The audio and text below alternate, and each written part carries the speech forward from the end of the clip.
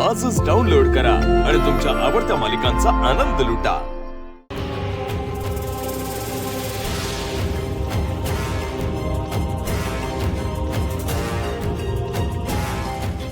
आईसाहेब, हे बघा, तुम्ही वेदाच्या बोलण्याचं वाईट वाटून घेऊ नका।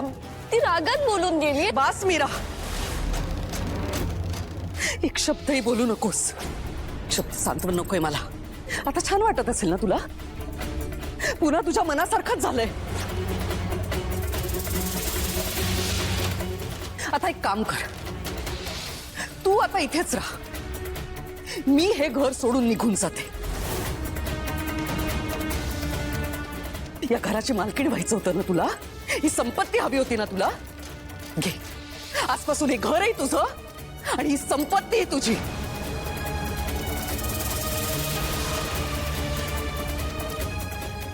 मी मात्र हे घर सोडून चालली।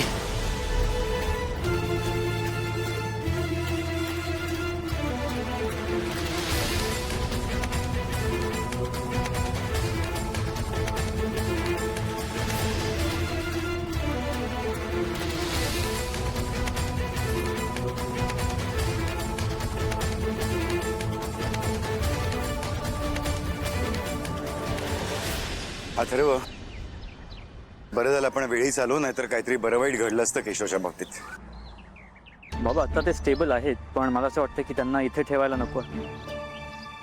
हो करेक्ट आहे, आपण त्यांना ठाण्याला शिफ्ट करूया एका चांगल्या हॉस्पिटलमध्ये। आपल्या देखरेखीखाली ट्रीटमेंटही चांगली मिळेल त्याला तिथे। ठीक आहे, मग मी ॲम्ब्युलन्स अरेंज करतो। हां, आणि हो, त्याच्या घरच्यांनाही कळवावं लागेल ना? मी करतो कॉल, कळवतो त्यांना।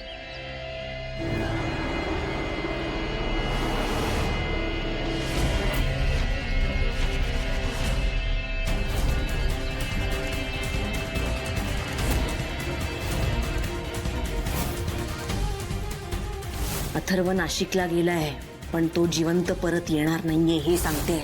अथर्व, तू माणूस गुंड वाटतोय, तो काहीतरी करेल, तुम्ही सावध राहा।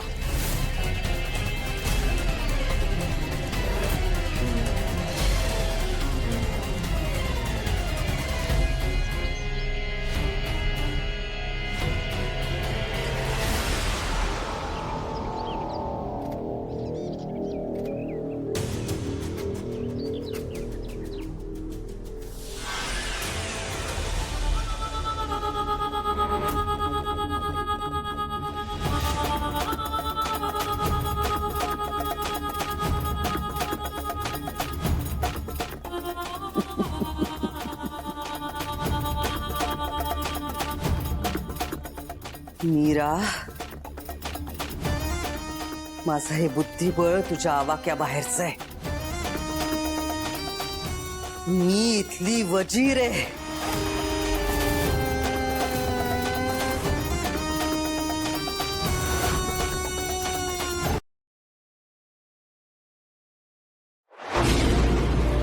तुला जपणार